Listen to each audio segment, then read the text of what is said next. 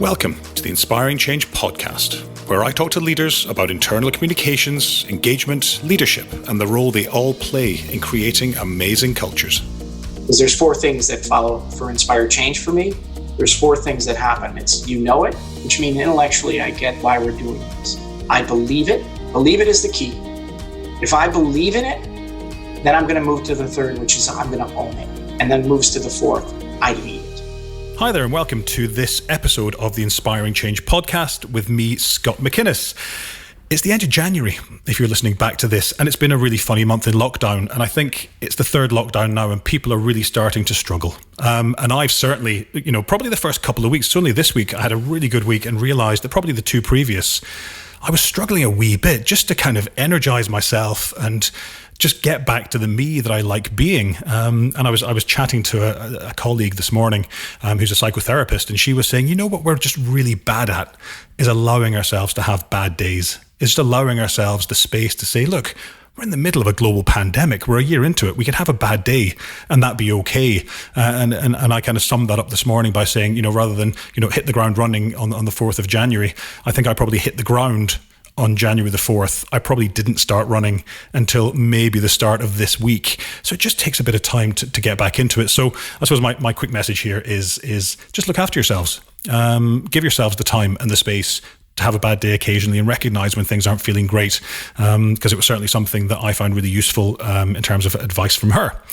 Now, today's guest is somebody who I've met a couple of times. We were having a really good chat last week, and he shares certainly some of my thoughts and feelings and passion around change and around the role of leaders, particularly during change. So we'd had a really good chat last week, and I thought to myself, I wish I'd recorded all this because that was brilliant. That'd be a really good podcast episode.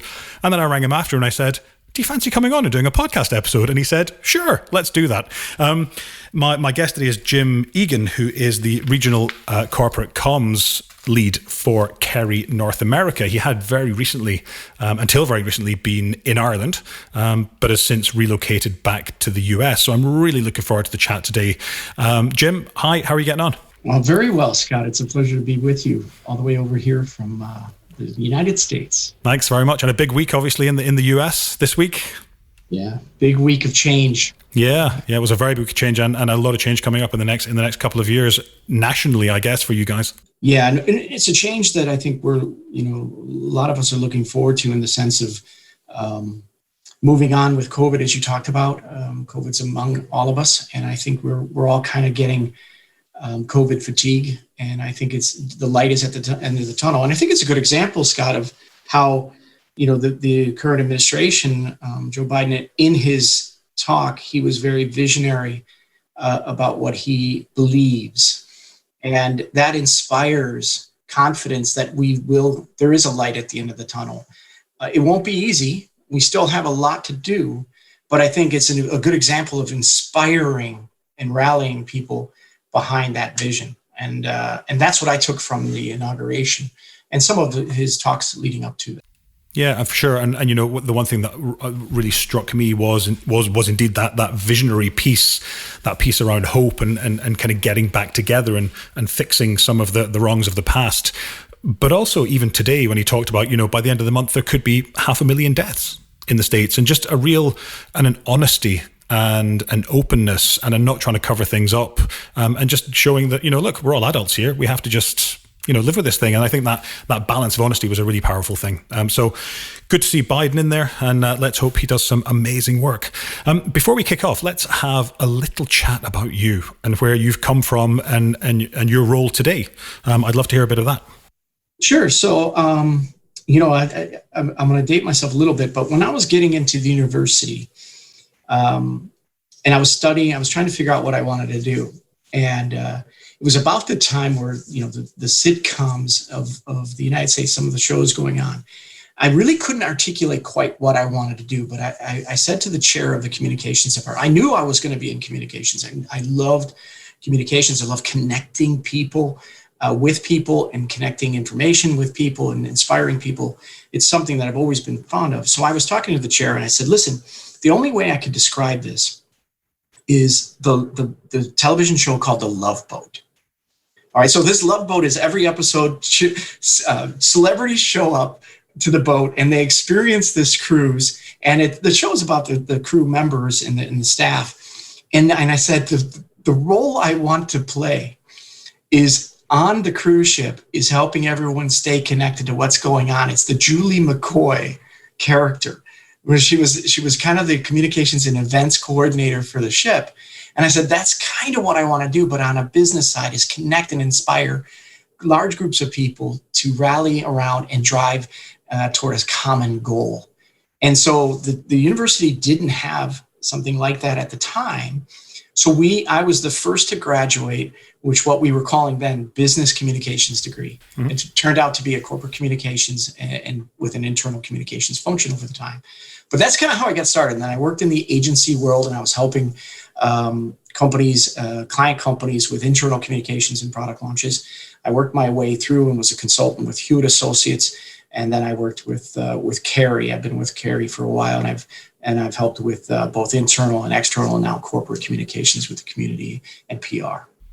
Brilliant, thank you.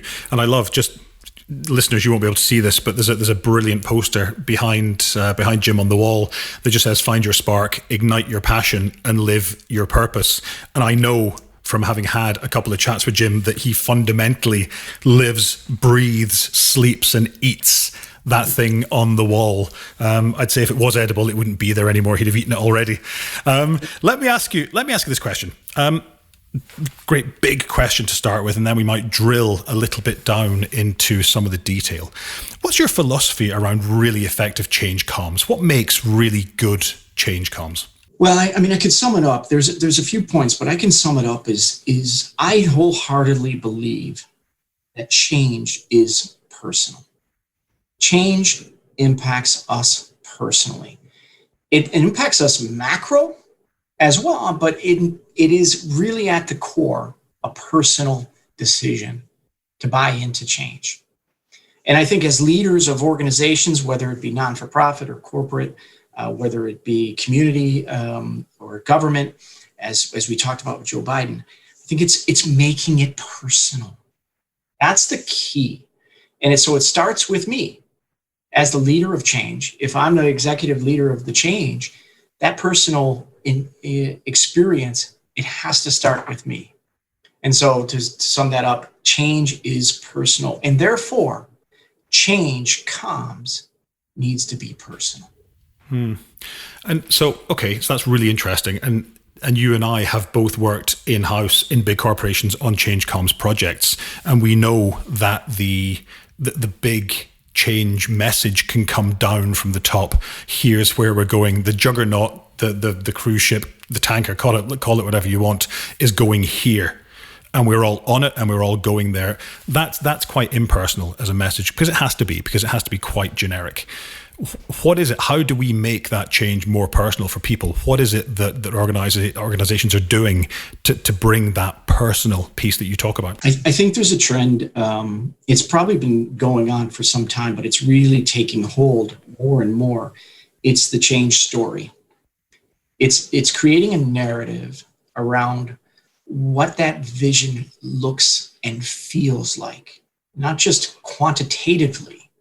From a metric perspective, we will be, to 30% growth, or we will be in this new market, or we're going to transition to this new operating model. Whatever those are facts or metrics, but it's the story that goes with it. It's why. Simon Sinek talks about those. Start with why, and from a change perspective, I start with the personal why. Why does this matter to me as the CEO? Why does this matter?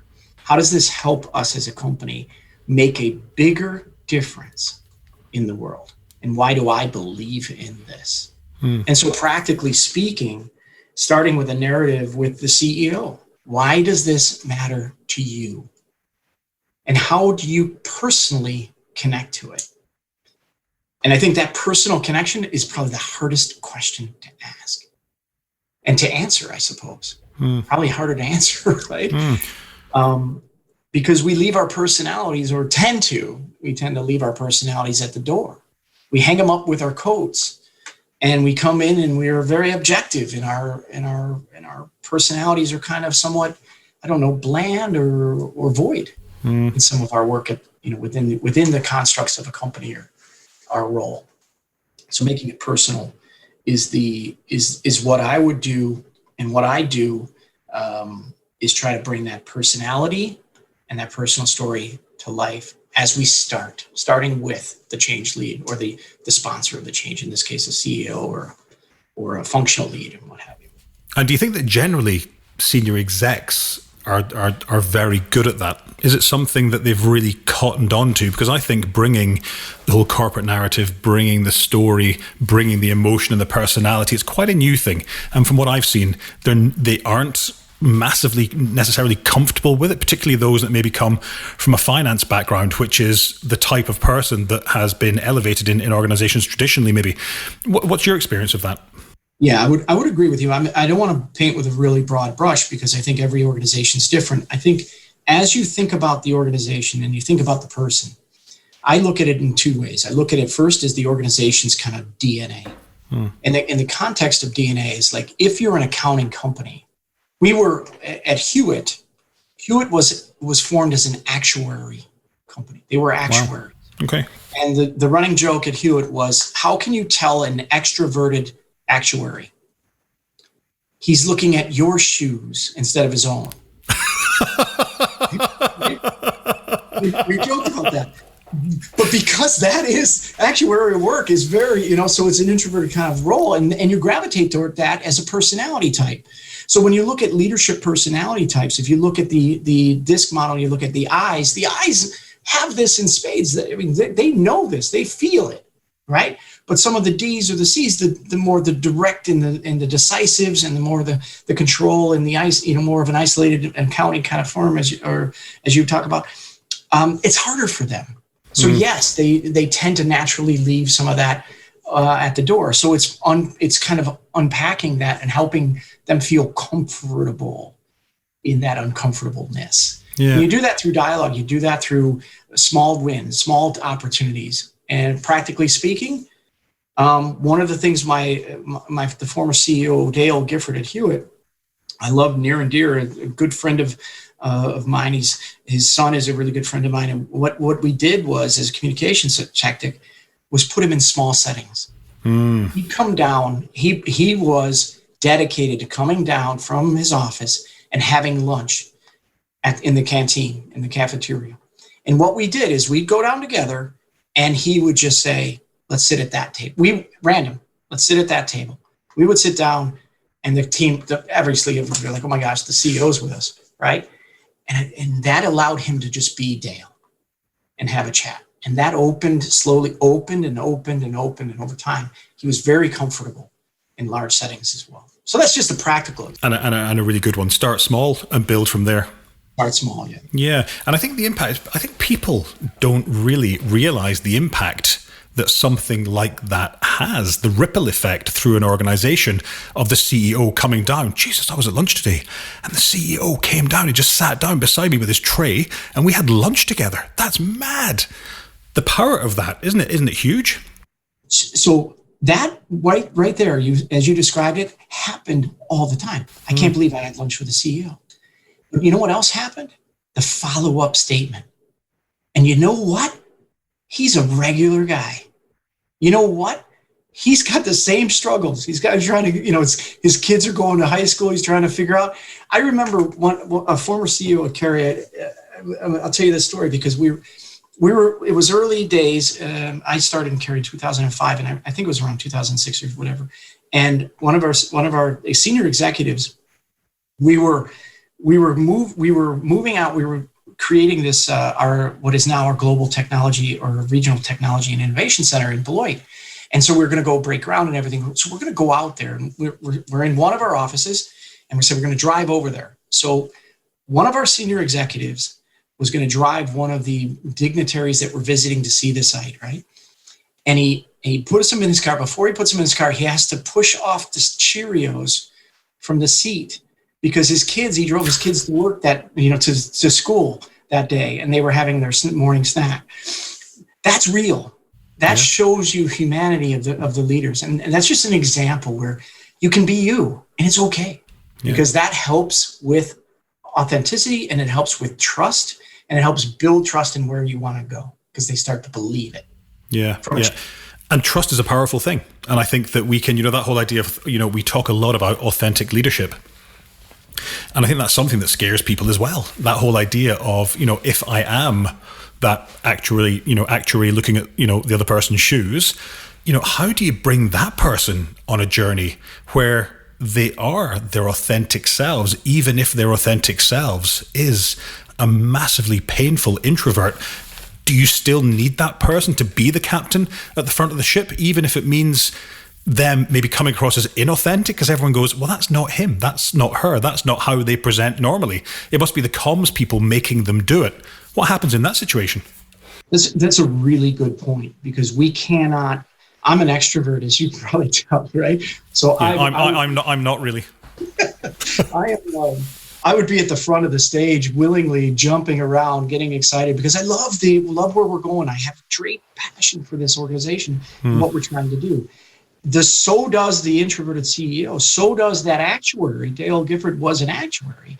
He has that same passion, but it comes through in a different way than I do. I can't make him do what I do naturally. So as communicators, we have to meet them where they are. We have to let their words and their feelings come through. And we're just a channel for that. We're a facilitation tool for that. If I wrote something and gave it to them to read it, guess it would fail. But if we work together on how does this manifest in your personal story, how would you say this? How would you feel it? Then it's authentic. And even if it doesn't have the energy that I may have, it's still authentic. It still builds trust, and it's still genuinely Dale. That is the key, I think, is bringing their voice out and not ours. And I think allowing them to do that in a very small setting, as you said, to start with, is a really powerful way, because you do it with 2 or 3 people at a lunchtime setting in a canteen, and then you maybe do it with 10 people at a team meeting, and then maybe it's 20 or 50 or 100 people, and then suddenly you've got them on stage in front of 1,000 people in front of the whole company. Exactly. You're having a skip level mini town hall session to talk about the change that's coming, and he'll give his personal views on where it's going and why. And it's a more intimate setting. It's still 100 people, 200 people. It's not 26,000 yet, but that really is effective. Which brings you to the role of leader in inspiring change. Dale's role is Dale's role, or any CEO's role, is to inspire the organization, but also to inspire the leadership team to feel inspired to inspire the organization. Does that make sense? It absolutely. There's a lot of inspires, but it absolutely makes sense. He's the key. He or she is the key cheerleader. Yeah. So there's a YouTube video. I don't know if your audience, listeners, Google this on YouTube or look it up. It's the first follower concept. I don't know if you've seen it. Brilliant. The guy dancing. So Superb. he's dancing. He's got the courage. Yeah. To do this, and may come natural for him, and for some CEOs that may not be natural, right? But if you got the courage to do it, there's going to be the first follower, and the minute that first follower starts, you've got the start of the movement. You've got inspired change. So again, it's personal. At Inspiring Change, we help our clients to implement sustainable change and drive business performance by putting their people first. We do that through a focus on strategic internal communications, employee engagement, and leadership consultancy. If you're struggling with change or getting your people aligned behind your purpose, vision, or strategy, then get in touch. Simply visit our website at www.inspiringchange.ie for more. Let's examine that personal piece a wee bit more, because I've often said on this podcast that, the really, really critical point, or the critical role rather, of people leaders during change, that they have such an important role. I think we have to balance that as well. I was saying to somebody on a phone call this morning that, we talk about people leaders having important roles. We have to remember also at the same time that they're also people. So as we're going through change, they need to be looked after as well as used as a channel. But I wonder, what are some of the things in your experience you've seen work really well, or what should they be doing as a group with their teams when it comes to leading them through change? Because the CEO, the leadership team, the exco in a big company can't do it all. No, he can't, but he can do it with his sphere of influence. And it starts with the direct reports. I really wholeheartedly feel that you follow a path where you have influence, right? And I think what organizations, where we go wrong with change is we go too big too fast. Yeah. Right. So again, goes back to my core essence of personal. Spend time individually and collectively with your direct report team to make sure that they not just know it, because there's 4 things that follow for inspired change for me. There's 4 things that happen. It's you know it, which means intellectually I get why we're doing this. I believe it. So know it and believe it. Believe it is the key. If I believe in it, then I'm going to move to the 3rd, which is I'm going to own it. I'm going to personally own this. And then moves to the 4th. I lead it.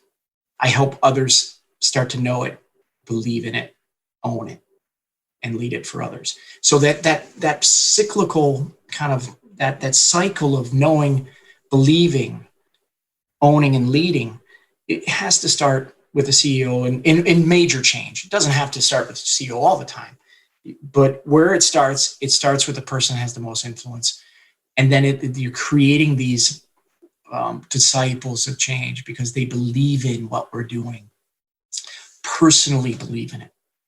Logically, they get it. We in organizations have we're really, really good at process improvements, at efficiencies, at creating flows and making sure things work. And so if you stay at that intellectual level, you're going to put everything in place and people aren't going to use it. If it's a brand new system, you're going to put in the best system possible. But if they don't believe it, they're going to keep doing it their old way with the papers or whatever, right?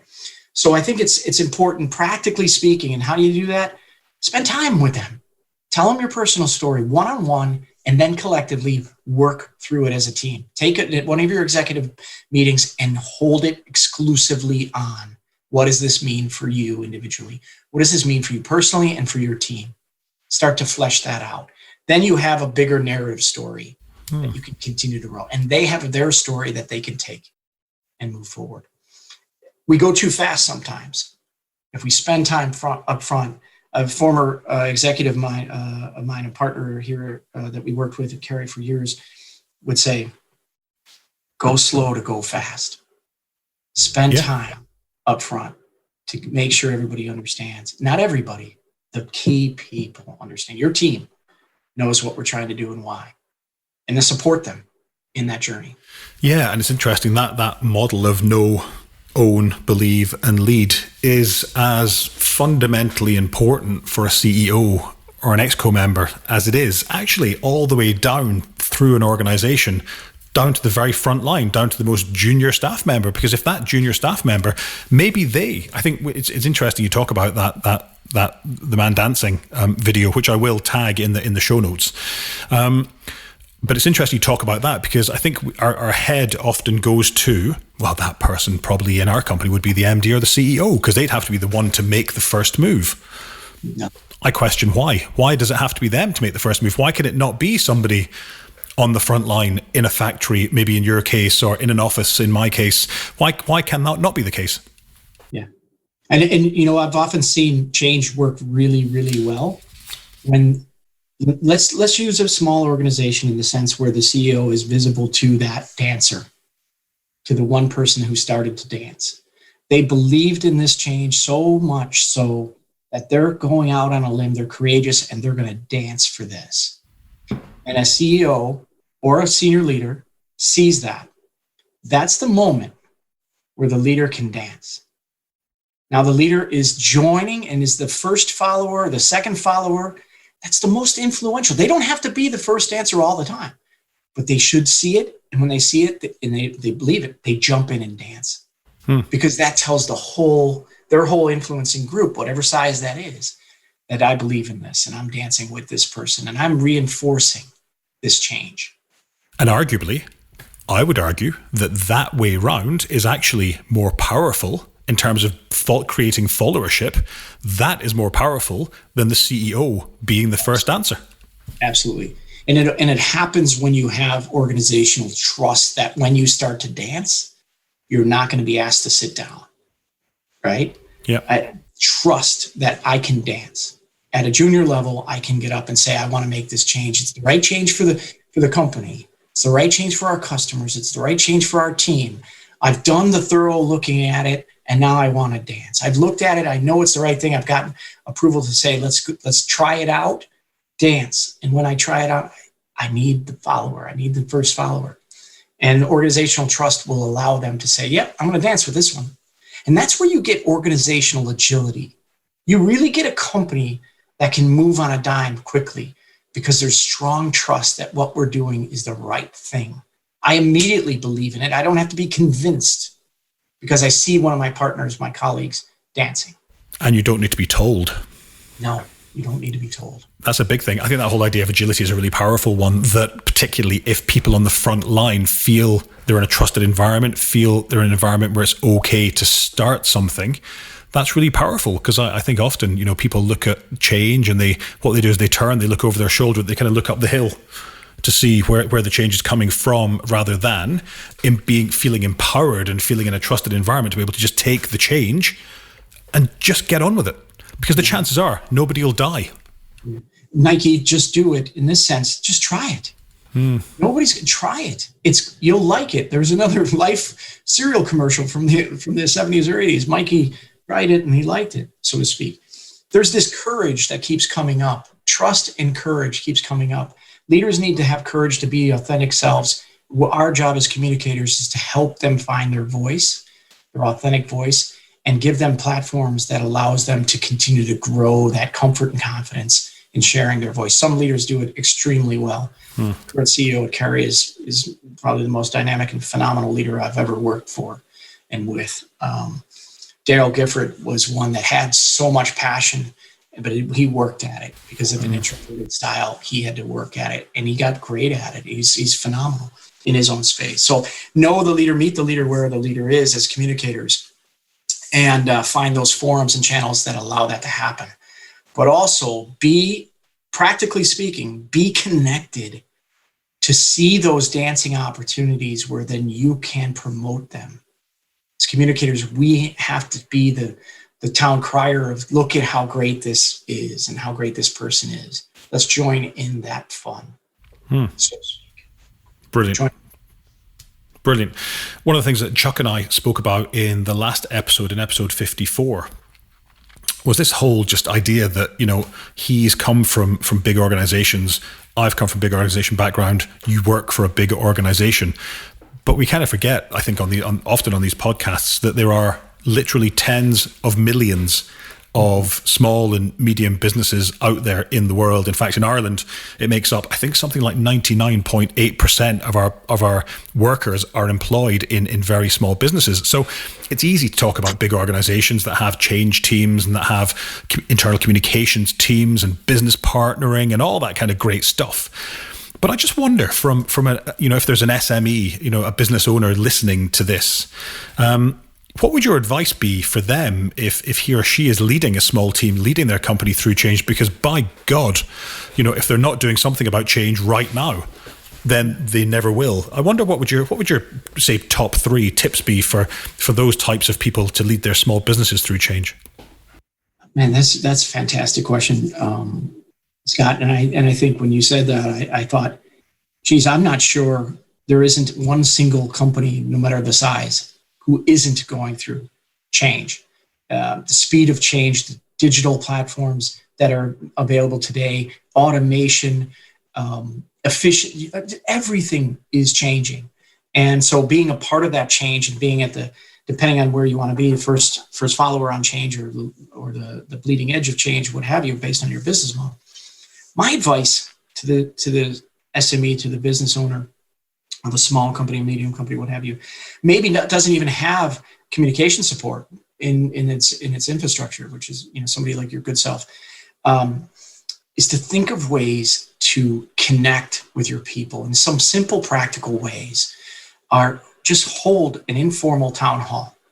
When we first kind of got started, the organization kind of operated as independent business units in the sense in North America. And so We held a no agenda town hall where employees showed up. We had about 700 people show up to the office, and we had it at this banquet hall across the street, and no agenda town hall. The CEO rolled up his sleeves, he took off his jacket and said, "All right, ask me anything, right?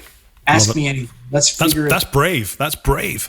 Yeah, it's very brave. But there was trust in what they were going to ask. There was nothing nefarious. There was nothing there. They were just, employees were always asking because they want to know, how can I contribute to this? And it gives you a platform to become authentic and talk about the change you're going through. Just be transparent. Tell them what you know and tell them what you don't know yet, and how we're going to help figure that out together. So practically speaking, look for those opportunities to connect with your people. If you have a team of 10, meet with them. Meet with them and have a no agenda meeting to talk about it, or meet with them and have an agenda around what's changing, why you feel this is the right thing to do, and get their input. So those dialogues, change is personal dialogue. Look for forums that allow you to dialogue. If it's a big change, if it's a big monumental thing that you need to go through, a merger, an acquisition, it does help to get support. Support like from a communications professional who can help you think through this and build out this plan. Someone like yourself or somebody that does this for a living. That is probably a very, very good investment. Because you can fumble through it. It might be successful. But boy, if you get a little bit ahead of this and you plan out those forums and you plan out those authentic moments, that's what is going to make all the difference. Yeah, I've often said that if you get 5 disgruntled employees in a field of 700, you'll get by. If you get 5 disgruntled employees in a field of 10, that's half your staff that are not coming on the journey with you. Yeah, and all the investments you make. I talk about this from my side hobby in the context of how does change happen? What is the ROI? If you see all of these metrics out there, even McKinsey had a recent report out that talks about the percentage of change that actually delivers on the intended return on investment. It's minimal. It's somewhere around 30% or less. That's a lot of investment wasted. Don't manage the change properly. And by manage, I don't even like the word manage change. Lead change. Inspire people to lead change is probably the better way to describe it. Yeah, it was interesting that that must have been a rework of that McKinsey research, because that McKinsey research, or that idea of 70% of change failing, has been around for a good while. And it's interesting when you drill down into the numbers that, if memory serves, 33% of the reason that change fails is because the leaders aren't on board, and something like 38% is because the people in your organization aren't on board. And that's not to say that all change fails, to deliver nothing. It just doesn't deliver what you expect it's going to deliver. So it's interesting. There were 2 things you touched on there, actually. One was that whole idea of connection that I want to get onto in a second, and creating a connection between the people that work in your company and the company itself and the direction it's running. But also the power of somebody saying, "I don't know." That exec standing up in front of all those people with his sleeves rolled up and his jacket off, and somebody asks a question, and to have the bravery to say, "I don't know." I think a lot of people see that as a weakness. I see that as a massive strength. I don't know what you think. I think it's a massive strength, to your point. I think it is the doorway to inclusivity and participation. It is a invitation. The words "I don't know" is an invitation to help me figure that out. Let us do it together. Yeah. What do you think? I had the CEO early days in the agency. We were a relatively small agency. I joined when I came out of university, and she said, she was the CEO. She said, "Guys, I want to take us into this field. I don't know how we're going to do it, but I see opportunity for us, and I think there's tremendous growth just for us, but a bigger impact for our clients if we can do this. Don't know how to do it. Let's think it through. Any ideas are good ideas. Join us in this journey." Boy, I was excited to participate in that exploration. Yeah. It wasn't being told what we're going to do. It was, let's figure it out. And that, I don't know, is powerful. And it shows vulnerability in the right context. It's okay to not know. You don't have to have all the answers. If you did, why do you need everyone? What does Steve Jobs say? You know, I hired them because they know more than I do about that area. I don't know. Yeah. Why is it we hire clever people and then tell them what to do? Yeah, that's it. See, you are brilliant at this. Really good. Really, really good. A little bit on that idea of connection, because I very much believe that, you know, people that are connected to an organization and feel connected, you know, rationally and emotionally, are going to bend over backwards for the company because you're bending over backwards for them. And I just wonder what the role of internal comms is in creating that connection. What do you think internal comms pros should be doing or can be doing to build that connection with people? You know, when I've seen it work through the years, and I can draw upon it with recent experience, it is when a team, a collection of people, call them employees, you call them associates from Hewitt, call them colleagues, when a team of people see a higher purpose in what they're doing. I don't know about you, but I like to wake up every day and try to make a higher purpose, to achieve a higher purpose, to make a bigger difference in the lives of others, bring joy to others, to bring inspiration to others. It isn't just the work that gets me to come to work. It's not the paycheck that gets you to come to work. They've proven that. Maslow's proven all that out. It's, why do we matter? And as communicators, whether you have a company purpose or you have a vision or you have an ambition, whatever word you want to use, why do you matter? And why do we matter as a company?